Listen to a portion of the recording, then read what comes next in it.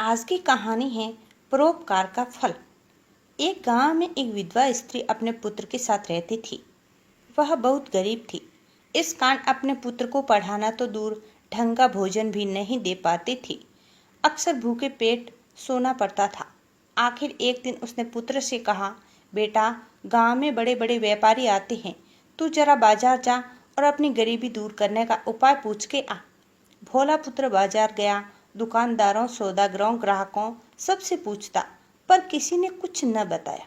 निराश होकर लौटने ही वाला था, तभी एक व्यापारी ने उसे बताया कि इस गांव से उत्तर दिशा की तरफ 50 किलोमीटर दूर एक महात्मा रहते हैं। शायद वह कुछ उपाय बता दे। घर आकर उसने माँ को बताया। माँ ने कहा कि 50 किलोमीटर तो बहुत दूर है, तू कैसे जाएगा? मैं ही जाती हूँ।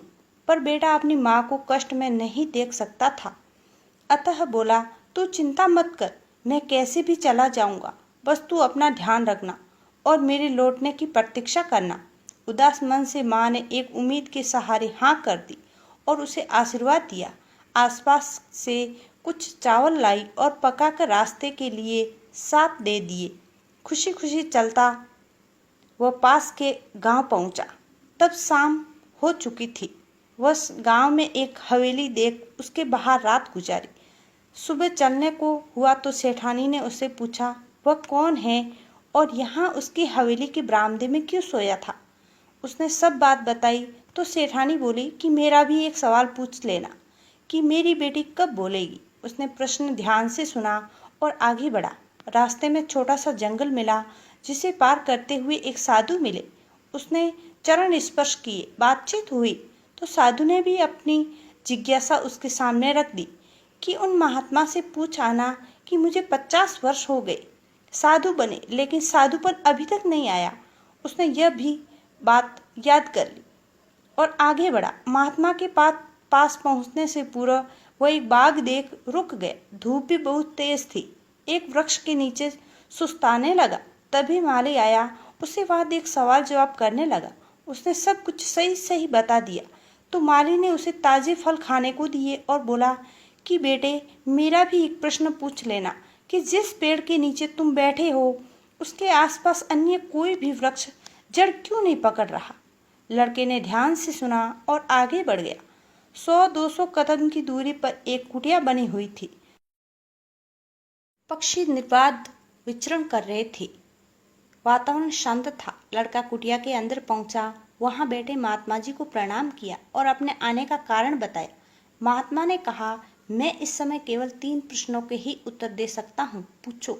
लड़के ने सोचा, फिर माली, साधु और सेठानी के प्रश्न बता दिए। अपनी माँ का सवाल नहीं बताया। महात्मा ने कहा कि माली को कहना कि वृक्ष के चारों तरफ मोहरों से भरे स्वर्ण कलश दबे हैं। जब तक कलश नहीं हटेंगे कोई भी वृक्ष जड़ नहीं पकड़ेगा। साधु को कहना कि उनकी जटा में रत्न है। जब तक वह रहेगा साधु तो नहीं आएगा।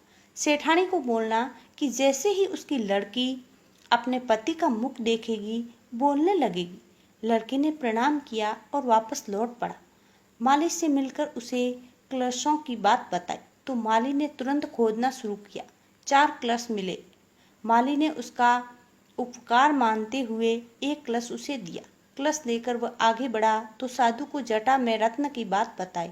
साधु ने तुरंत जटा खोली। रत्न देखकर बोला, बच्चे, तुम उपकारी हो, यह रत्न मेरे किसी काम का नहीं है, यह तुम रखो। लड़का रत्न लेकर आगे बढ़ा। सेठानी के गांव पहुंचा।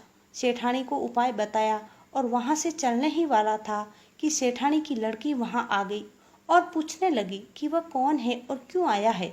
सेठानी ने उसे बोलते सुना तो प्रश्न हो गई। बोली, बेटे, अब तुम मेरी बेटी के पति हो तो ऐसे तो नहीं जाने दूंगी। उसने आव भगत करते हुए रात्रि में विश्राम कराया और दूसरे दिन बेटी के साथ विवाह कर दिया। लाखों के धन के साथ रथ में बैठ लड़का घर आया। माँ ने पूछा, बेटा, महात्मा मिले? कुछ बताया उन्होंने? बेटा बोला, माँ, तेरे आशीर्वाद से लाखों का धन भी मिला और तेरी बहू भी मिल गई। उसने सारी बात बताई। माँ हर्ष विभोर हो गई। गरीबी दूर हो गई और सब जरूरी सुविधाएं भी घर में हो गई। शिक्षा।